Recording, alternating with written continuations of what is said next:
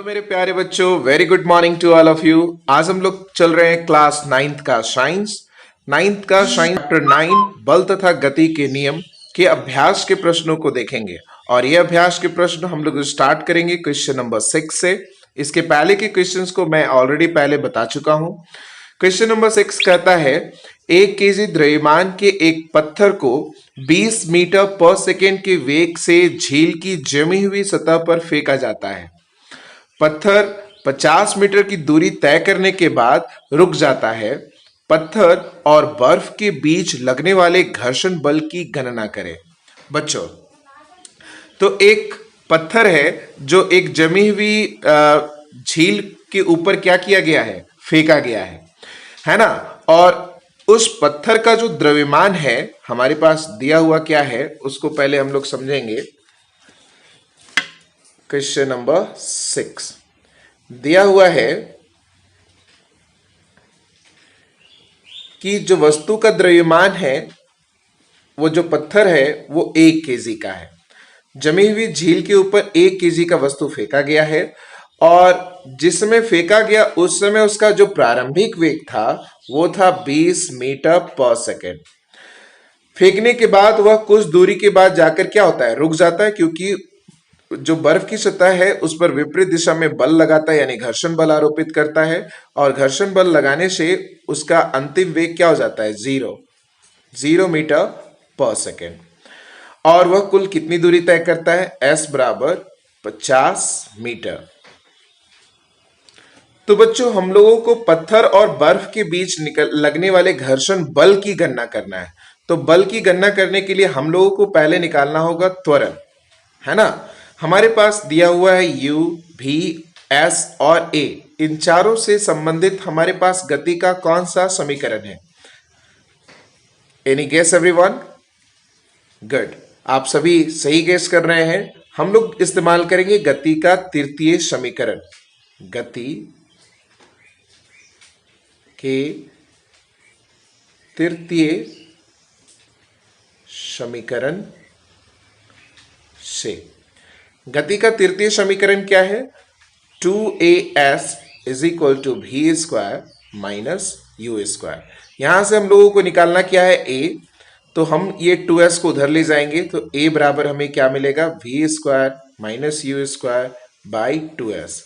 अब v का value क्या था बच्चों, 0 का होल स्क्वायर। u का वैल्यू क्या था, 20 मीटर पर सेकेंड का होल स्क्वायर। S का वैल्यू कितना है, 50 मीटर। तो ये वैल्यू क्या आ जाएगा, माइनस 20 का वर्ग आप करोगे तो इसको आप ऐसे लिख सकते हो, 20 मीटर पर सेकेंड इंटू 20 मीटर पर सेकेंड बटा क्या आ जाएगा, 2 गुने 50 मीटर। उम्मीद कर रहे हैं आप सभी बच्चे समझ रहे होंगे। तो ये 1 मीटर से ये 1 मीटर कैंसिल हो गया, ये 1 0 से ये 1 0 कैंसिल हो गया। 5 के टेबल से 5 चौके 20 बार ये कट जाएगा और 2 से ये 2 को भी हम लोग कैंसिल कर देंगे। तो इस तरह से जो हम लोगों के पास त्वरण आएगा वो आएगा -4 मीटर और सेकेंड इंटू सेकेंड हो जाएगा मीटर पर सेकेंड स्क्वायर। उम्मीद कर रहे हैं बच्चों आप लोग सभी समझ रहे हैं। माइनस चिन्ह ये क्या दर्शाता है कि जो बल लग रहा है वो विपरीत दिशा में लग रहा है। विपरीत दिशा में बल लगने के कारण हमें त्वरण ऋणात्मक रूप में प्राप्त हुआ है। तो अब हमें निकालना था घर्षण बल। तो घर्षण बल निकालने के लिए हम लोग फिर से न्यूटन के द्वितीय नियम का इस्तेमाल करेंगे। अब आप लोगों को पता है F बराबर न्यूटन के द्वितीय नियम में क्या बताया गया, मास इंटू एक्सेलरेशन। वस्तु का द्रव्यमान था 1 केजी और वस्तु का त्वरण क्या है, -4 मीटर पर सेकेंड स्क्वायर। तो -4 को जब आप 1 से गुना करेंगे तो मिलेगा -4 केजी मीटर पर सेकेंड स्क्वायर। तो केजी मीटर पर सेकेंड स्क्वायर को हम लोग क्या लिखते हैं, न्यूटन। तो ये हो जाएगा -4 न्यूटन। ये घर्षण बल होगा किसके बीच में, बल तथा किसके बीच में, बर्फ तथा सतह के बीच का जो घर्षण बल है वो कितने न्यूटन है, -4 न्यूटन। तो आपको नीचे लिखना है, अतः आपको लिखना है नीचे कि पत्थर तथा बर्फ के बीच लगने वाला घर्षण बल -4 न्यूटन है। ओके बच्चों, अब हम लोग चलते हैं क्वेश्चन नंबर 7 की तरफ। क्वेश्चन नंबर 7 क्या कहता है कि एक 8000 केजी द्रव्यमान का रेल इंजन प्रति 2000 केजी द्रव्यमान वाले 5 डिब्बों को सीधी पटरी पर खींचता है। यदि इंजन 40,000 न्यूटन का बल आरोपित करता है तथा यदि पटरी 5,000 न्यूटन का घर्षण बल लगाती है तो ज्ञात करें नेट त्वरण बल। बच्चों, नेट त्वरण बल क्या होगा? जितना बल हमारा ट्रेन लगा रहा है और विपरीत दिशा में कितना बल लग रहा है, 5,000 न्यूटन। तो 40,000 न्यूटन में से 5,000 न्यूटन को जब हम माइनस कर देंगे तो हमें प्राप्त होगा नेट त्वरण बल। तो हम क्या लिखेंगे बच्चों? नेट, पहला ए नंबर 7वां का 8, नेट त्वरण बल बराबर 40,000 न्यूटन जो ट्रेन के द्वारा इंजन के द्वारा जो रेल के इंजन के द्वारा जो डिब्बों को खींचने में जो लग रहा बल है, और पटरी के द्वारा जो रेल के डिब्बों पर जो घर्षण बल लग रहा है विपरीत दिशा में, वो कितना है? 5,000 न्यूटन। तो 40,000 न्यूटन माइनस 5,000 न्यूटन तो कितना आ जाएगा? ये 35,000 न्यूटन। ये हो जाएगा नेट त्वरण बल। अगला क्या कह रहा है, क्या निकालना है? रेल का त्वरण। तो रेल का त्वरण ज्ञात करने के लिए हम लोगों को सबसे पहले चाहिए द्रव्यमान। तो बच्चों, द्रव्यमान क्या हो जाएगा? कितने कुल डिब्बे कितने हैं? 2000 केजी के कुल 5 डब्बे हैं। और इंजन का द्रव्यमान कितना है? 8000 केजी। तो हम लोग पहले मास निकाल लेंगे।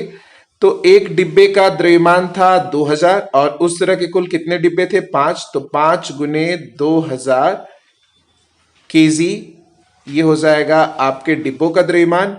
और इंजन का द्रव्यमान कितना था? 8000 केजी। तो इस तरह से कुल द्रव्यमान हमारे रेल का कितना हो जाएगा? तो 5 दूनी 10, ये 10,000 केजी डिब्बे का प्लस 8,000 केजी ये इंजन का। तो टोटल हो गया 18,000 केजी। ये हमारा कुल द्रव्यमान हो गया। अब हम लोग न्यूटन के द्वितीय नियम से क्या जानते हैं बच्चों? F बराबर m इंटू ए। तो नेट त्वरण के लिए हमें क्या करना होगा? ये m इधर गुना में, इधर आकर भाग में। तो a बराबर क्या हो जाएगा? F बटा m। तो नेट त्वरण बल कितना लग रहा था बच्चों? ऊपर हम लोग निकाल चुके हैं। कितना लग रहा था? 35,000 न्यूटन। 35,000 न्यूटन को हम लोग कितना से भाग देंगे? कुल द्रव्यमान कितना था? 18,000 केजी। ठीक है मेरे बच्चों, यहां पर हम लोग न्यूटन को हम लोग क्या लिखते हैं मेरे बच्चों? 35,000 न्यूटन क्या लिखेंगे? केजी मीटर पर सेकेंड स्क्वायर बाई 18,000 केजी। तो ये केजी से केजी कट जाएगा, 1 2 3 1 2 3, है ना। तो आप 35 से 18 को भाग देंगे तो इसका भागफल हमें मिलेगा लगभग 1.944 मीटर पर सेकेंड स्क्वायर। ये आपका नेट त्वरण हो जाएगा। उम्मीद करते हैं बच्चों आपको समझ में आ रही है बातें।